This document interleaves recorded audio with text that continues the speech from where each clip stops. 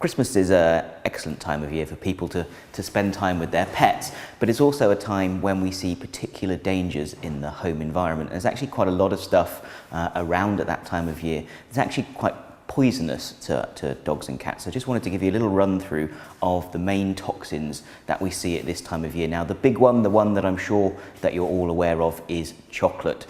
We see multiple chocolate poisonings every year in dogs, and you may or may not be aware that actually it's the darker the chocolate, the more of a risk that it is. So milk chocolate, not so bad. Really dark or cooking chocolate can cause really severe signs. Now, it's dose dependent, so how much of each chocolate they eat and the size of the dog gives you more of an idea of whether it's going to be a problem or not. But the dose varies between dogs, so what's toxic in one dog might not be toxic in another dog. Every dog is more susceptible than others, so some people will quite often say to me, I feed my dog chocolate and it's never been a problem, but as a recommendation here at the clinic, we would always say don't feed chocolate to your pets, and obviously bear in mind that if they're wrapped under the tree, your dog will be able to tell that there's still chocolate in that present, and will unwrap it and eat it for you. Generally speaking, you know, the odd little bit of milk chocolate, not a problem, or white chocolate, but darker chocolate should be avoided. So the signs that it causes, so at low doses we tend to see GI signs, so vomiting and diarrhea, and as that dose gets progressively higher, we see excitement progressing on to convulsions, seizure, coma, and unfortunately in really high doses it can be fatal too.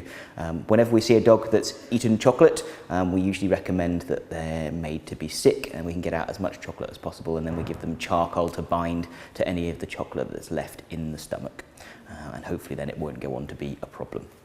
Another potential poison at Christmas, and a much rarer unfortunately, would be grapes and raisins. Now again, this tends to affect dogs more than cats, although there have been a few reported cases in cats.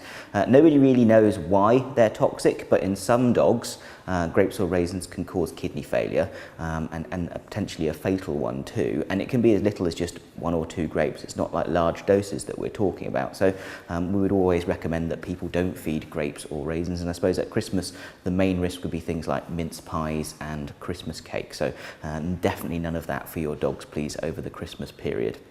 Another thing to be wary of all throughout the year, but especially at Christmas, is actually onions and garlic. So this can be either just feeding onions and garlic, or in things like gravy or stuffings, etc. There can be these things in there, and actually they can be quite toxic. This time slightly more to cats than dogs, but they cause damage of the red blood cells and they can become anemic, so kind of weak and lethargic, and actually that anemia can be quite profound. Now, usually it's kind of a prolonged over a couple of days if you kept giving it, that it would be toxic, but actually really high levels.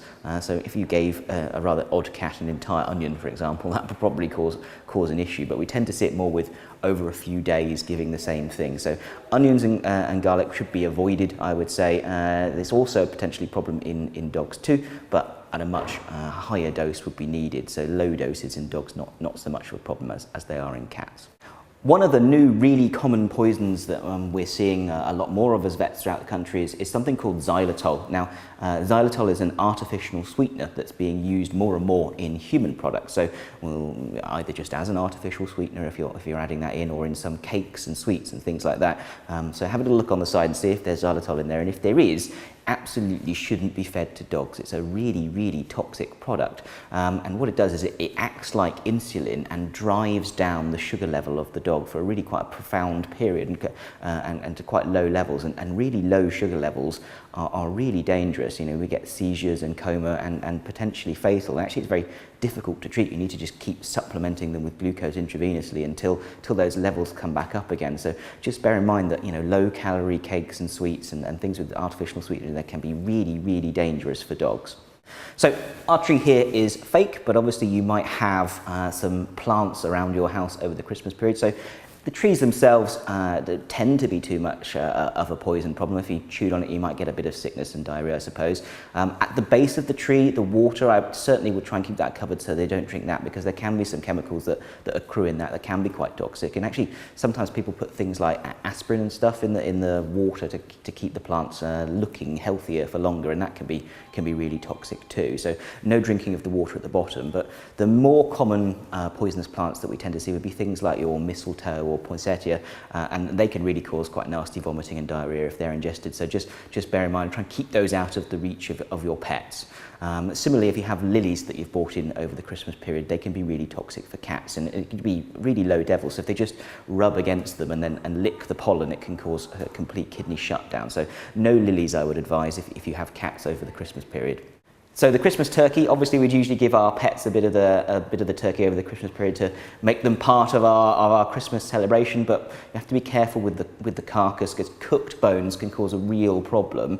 They tend to splinter when they're chewed on, and you can get lacerations to the mouth, or more worrying, if they're swallowed, they can cause lacerations of the esophagus, which can be really difficult to fix, and can cause strictures and narrowing of the esophagus, which can be potentially fatal. So absolutely fine to feed them some of the meat, but I wouldn't feed them any of the bones when they're cooked.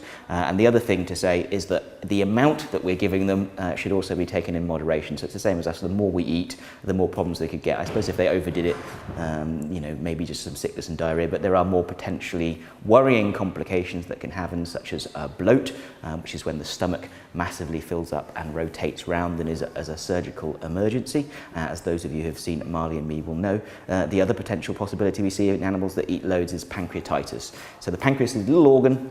It sits next to the stomach and helps you digest your food, and if you overdo it, especially if you're a larger, slightly more overweight female dog, they tend to be the ones that are affected the most, then they can get pancreatitis, and that's really uncomfortable, painful condition with vomiting and diarrhea, and it can be really quite serious too. So just feed in moderation, as we would advise over the rest of the period.